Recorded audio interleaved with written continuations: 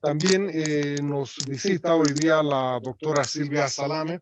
Ella ha sido miembro del Tribunal de la Corte Suprema en el país y en este momento es senadora de la República. Es también una conocida abogada y experta en derecho constitucional.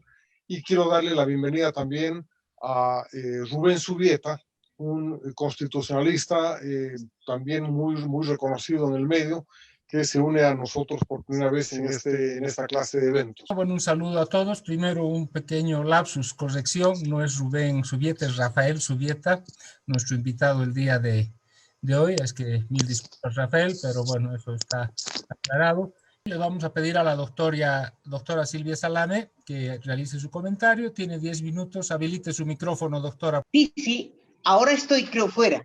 Ahora sí, perfecto. Mil disculpas. Bueno, decía que saludo al doctor Rasgún, a todas las personas que están participando en este coloquio y indudablemente mi opinión es muy similar a la del doctor Asmún por las siguientes razones. Es evidente que el Tribunal Constitucional, de acuerdo a la norma, tiene la facultad de otorgar medidas cautelares. Es más, en el caso de la ley del notariado, fui yo el abogado que planteó que preparó esa demanda de inconstitucionalidad y pidió las medidas cautelares. Y lo que dice la jurisprudencia del Tribunal Constitucional es que para que pueda darse una medida cautelar, tienen que haber exigencias determinadas, entre esas un daño inminente, ¿no? En el caso en el que estamos analizando, podemos decir claramente que jamás el tribunal pudo haber dado las medidas cautelares. ¿Y por qué razón? Precisamente por la razón que decía el doctor Asbun, de que fue el propio tribunal el que se ha pronunciado en la sentencia 0024-2018, no solamente sobre ese aspecto de que si hubo o no una vulneración a un derecho político, sino que el Tribunal Constitucional en esa sentencia claramente señala que se ha declarado constitucional los dos artículos, es decir, que no se ha dispuesto que sean inaplicables esos dos artículos de la Constitución. Entonces, ¿a qué conclusión llegamos? Si nosotros analizamos el artículo 203 de la Constitución, que dice que la jurisprudencia del Tribunal Constitucional es obligatoria y vinculante, también lo es para el propio tribunal. Y no podía dar una medida cautelar que esté ya, en este caso, no tenemos duda sobre la constitucionalidad o inconstitucionalidad de estas normas. Como decía el doctor, no se trata de una ley. Esta exigencia, este límite, esta restricción está dada por la propia Constitución.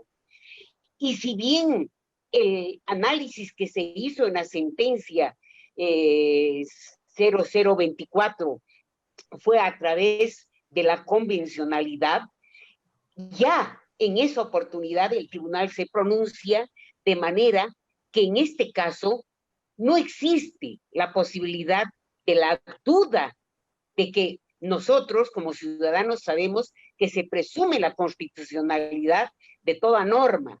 En este caso ya no estamos siquiera hablando de la presunción, estamos hablando de que el propio tribunal en la sentencia esta 0024 ha determinado que sí, que estas dos normas no constituyen una vulneración a un derecho político, que estos dos artículos lo que son un límite a un derecho político, porque indudablemente todo ordenamiento jurídico tiene la potestad de dar límites. Lo mismo en el caso que el doctor hablaba de la reelección.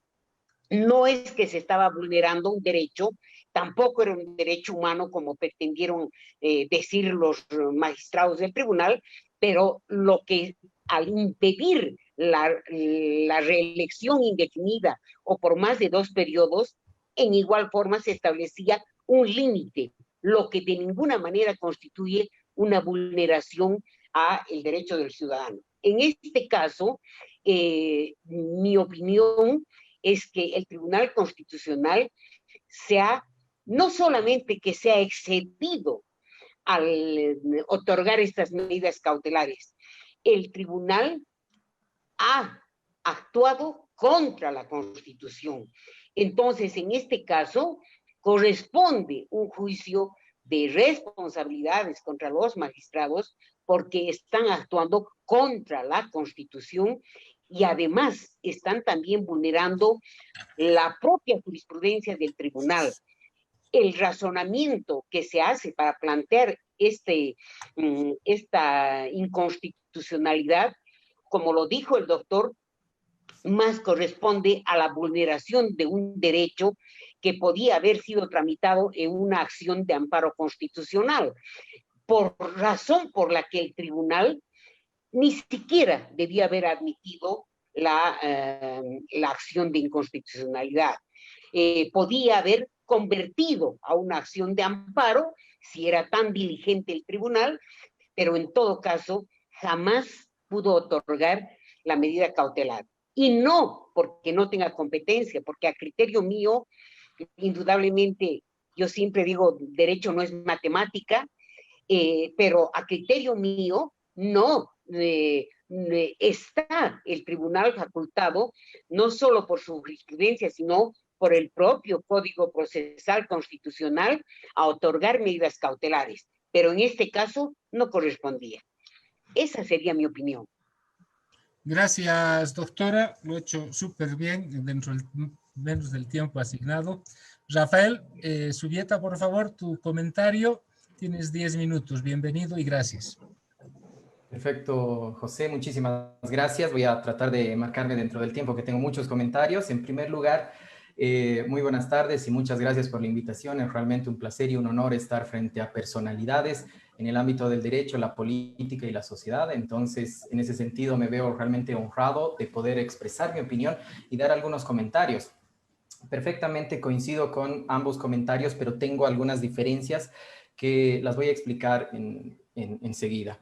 En primer lugar, hay que decir que si fuéramos un verdadero Estado constitucional de derecho y los funcionarios comprendieran que este sistema constitucional está configurado sobre la base de la teoría principialista, pues no tendríamos estas complejidades que no se pueden apartar de un contexto político altamente polarizado.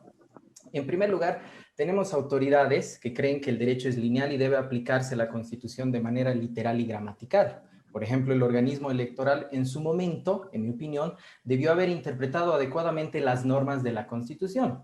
Pero no hay una tradición de que las normas jurídicas deben ser interpretadas, es decir, que toda norma propone diferentes alternativas de solución y que la autoridad debe definir cuál es la más acorde y razonable al sistema de principios, valores y derechos constitucionales, pero también del sistema del derecho internacional de derechos humanos. No podemos abstraernos porque el artículo 13, parágrafo 4 de la Constitución dice que los derechos y deberes se enmarcan y se interpretan conforme a los tratados internacionales de derechos humanos. En su momento, el organismo electoral no lo hizo, primero por una influencia política y segundo por un miedo. Por otro lado, tenemos un tribunal constitucional que ha perdido completamente la credibilidad, la legitimidad y no genera confianza. Tenemos ahí la sentencia 084-2017, que no es un control de convencionalidad. Para mí es muy falso. Eso es una tergiversación de la Convención Americana para tratar de obtener un rédito político, un rédito, en mi opinión, político. Por otro lado, tenemos, a partir de una acción de inconstitucionalidad abstracta que demandaba la inaplicabilidad del artículo 238 de la Constitución, una sentencia que es la 032-2019, donde una diputada de oposición, a partir de esa acción, y el Tribunal Constitucional así lo determinó, estableció uniformar el criterio de que las autoridades elegidas por voto popular no debían renunciar 3 meses antes de su elección.